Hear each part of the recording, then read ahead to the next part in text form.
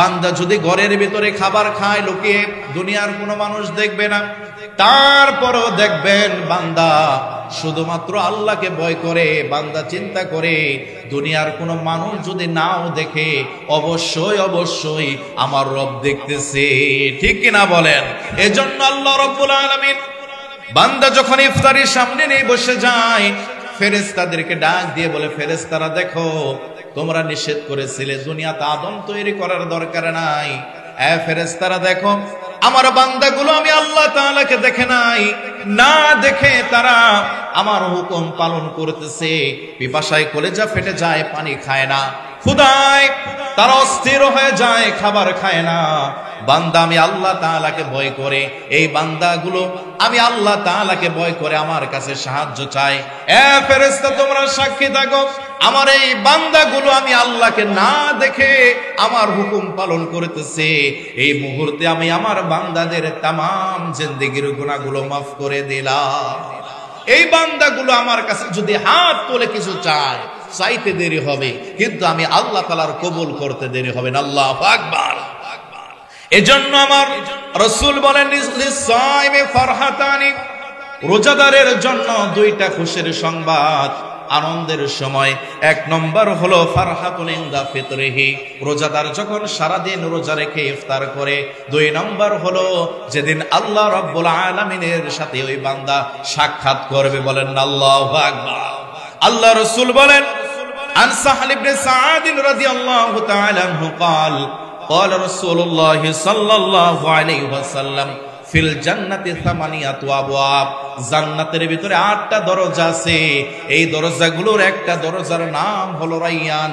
রোজাদার ওই রোজা যারা দুনিয়াতে রাখবে, হাসরের ময়দানে আল্লাহ রাব্বুল আলামিন কাল কিয়ামতের ময়দানে রোজাদার বান্দা বান্দীদেরকে এই রায়্যান নামক দরজা দিয়ে জান্নাতে প্রবেশ করাবেন। আল্লাহু আকবার। এজন্য আমরা রায়্যান দরজা দিয়ে যদি জান্নাতে যেতে চাই, আমাদেরকে রোজা রাখতে হবে। কথা বলেন ঠিক কিনা? সম্মানিত হাজিরিন, 3 ব্যক্তির দোয়া কবুল, তার ভিতরে একজন হলো রোজাদার, 2 নম্বর হলো মা বাবা। মা বাবা যদি আসমানের দিকে হাত তুলে মোনাজাত করে, সাথে সাথে মোনাজাত কবুল করেন একজন, তিনি কে? আপনি এই দুনিয়ার আলেম ওলামা যারা আছে সম্মানিত, ওনাদেরকে দাওয়াত করে খাওয়ালেন, হাদিয়া দিলেন, আপনার জন্য দোয়া করলো, দোয়া কবুল হবে কোনো গ্যারান্টি আছে? কথা বলেন, কোনো গ্যারান্টি আছে? কিন্তু আমার রাসূল বলেন, কোন মা বাবা সন্তানের জন্য যদি আসমানের দিকে 2টা হাত তুলে দেয়, ওই হাত নামানোর আগেই আল্লাহ তাআলার দরবারে দোয়া কবুল হয়ে যায়। আল্লাহু আকবার। এজন্য আমার রাসূল বলেন, রিদার রাব্বি ফি রিদাল ওয়ালিদাইন, এই দুনিয়াতে যদি মা বাবা সন্তানের উপর খুশি থাকে, ওই সন্তানের উপরে খুশি হয়ে যায় একজন, তিনি কে? আর যদি সন্তানের উপর মা বাবা বেজার থাকে, তাহলে ওই সন্তানের উপর বেজার হয়ে যায় একজন, তিনি কে? এজন্য আল্লাহ রাব্বুল আলামিন মায়ের পায়ের নিচে জান্নাত রেখেছেন। এই মা বাবার খেদমত করতে হবে। আল্লাহ তাআলা বলেন, তোমরা আমার ইবাদত করো এবং তোমার মা বাবার সাথে উত্তম আচরণ করো, সদাচরণ করো। ওগো মা, তুমি এই ধরনের শ্রেষ্ঠ নিয়ামত, তোমারই পদতলে রয়েছে জান্নাত। ওগো মা, তুমি এই ধরনের শ্রেষ্ঠ নিয়ামত, তোমারই পদতলে রয়েছে জান্নাত। আল্লাহু আকবার। মায়ের পায়ের নিচে জান্নাত রেখে দিয়েছেন একজন, তিনি কি? মুমিন বান্দার 6 নম্বর গুণাবলী হলো, আমার আল্লাহ রাব্বুল আলামিন বলেন, আর-রাকিউনাস সাজিদুন, আমার যারা মুমিন বান্দা হবে তারা বেশি বেশি করে আমি আল্লাহ তাআলার রুকু সেজদা করবে। কথা বলেন ঠিক কিনা? আল্লাহ রাব্বুল আলামিন বলেন, হে আমার বান্দারা, ওয়াসজুদ ওয়াকতারিব, তোমরা সেজদা করো, যত বেশি সেজদা করবে তত বেশি আমার নিকটবর্তী হয়ে যাবে। আল্লাহু আকবার। ইনশাআল্লাহ। সম্মানিত হাজিরিন, এখানে একটা মসজিদ, এই মসজিদটা কার ঘর বলেন তো? সকলে বলেন, এই মসজিদ কার ঘর? আল্লাহ তাআলার ঘর। এই ঘর নিয়ে আমাদের কোনো হিংসা আছে? আমাদের মধ্যে কোনো বিবাদ আছে? এই ঘরে সেজদা দিলে খুশি হয় একজন, তিনি কে? আল্লাহ তাআলা বলেন, বান্দারে তোমরা আমাকে সেজদা দাও, যত বেশি সেজদা দেবা তত বেশি আমার কাছে চলে আসবা। বান্দা যখন আল্লাহ তাআলাকে সেজদা দেয় তখন আল্লাহ তাআলার মাঝে আর বান্দার মাঝে কোনো হিজাব থাকে না, পর্দা থাকে না। ওই মুহূর্তে বান্দা যদি আল্লাহ তাআলার কাছে কোনো দোয়া করে সাথে সাথে আল্লাহ তাআলা কবুল করে নেন। আল্লাহু আকবার। সম্মানিত হাজিরিন, আমি আপনাদের কাছে দেখতে চাই এখানে আমরা যারা আছি আমাদের মা নাই কার কার, একটু হাত তোলেন তো দেখি, একটু হাতটা নামান। আমাদের মধ্য থেকে বাবা নাই কার কার, একটু হাত তোলেন তো দেখি, হাত নামান। মাও নাই বাবাও নাই এরকম আছেন কে, একটু হাতটা তোলেন তো।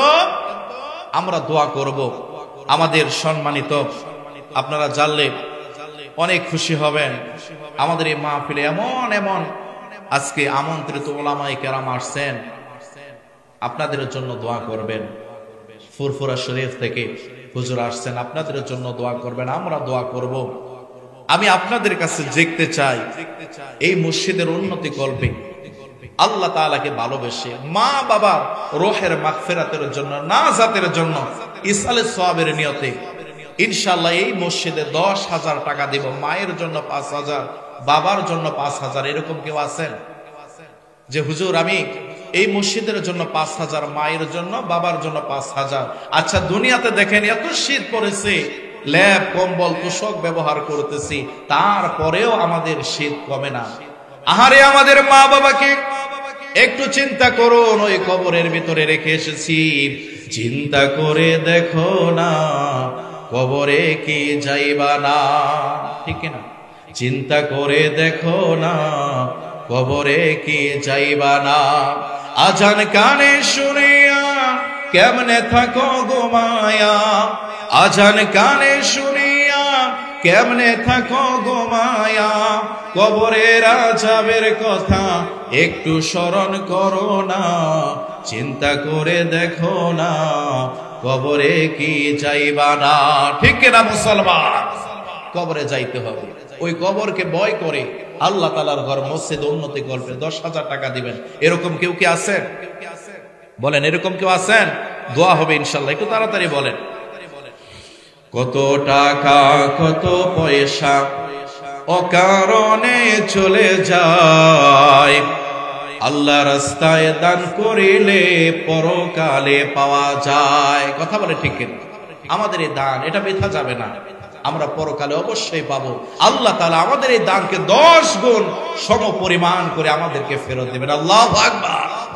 বান্দা যখন খালিস নিয়তে হালাল ইনকাম 2 টাকাও দান করে, আল্লাহ তাআলা ওই দানটাকে 2 টাকা সমপরিমাণ বান্দাকে হাসরের ময়দানে ফেরত দেবেন না। এই দানটাকে আল্লাহ তাআলা বাড়াতে থাকবেন। কাল কিয়ামতের ময়দানে এই দানটাকে আল্লাহ তাআলা উহুদ পাহাড় সমপরিমাণ করে বান্দাকে ফেরত দেবেন। আল্লাহু আকবার।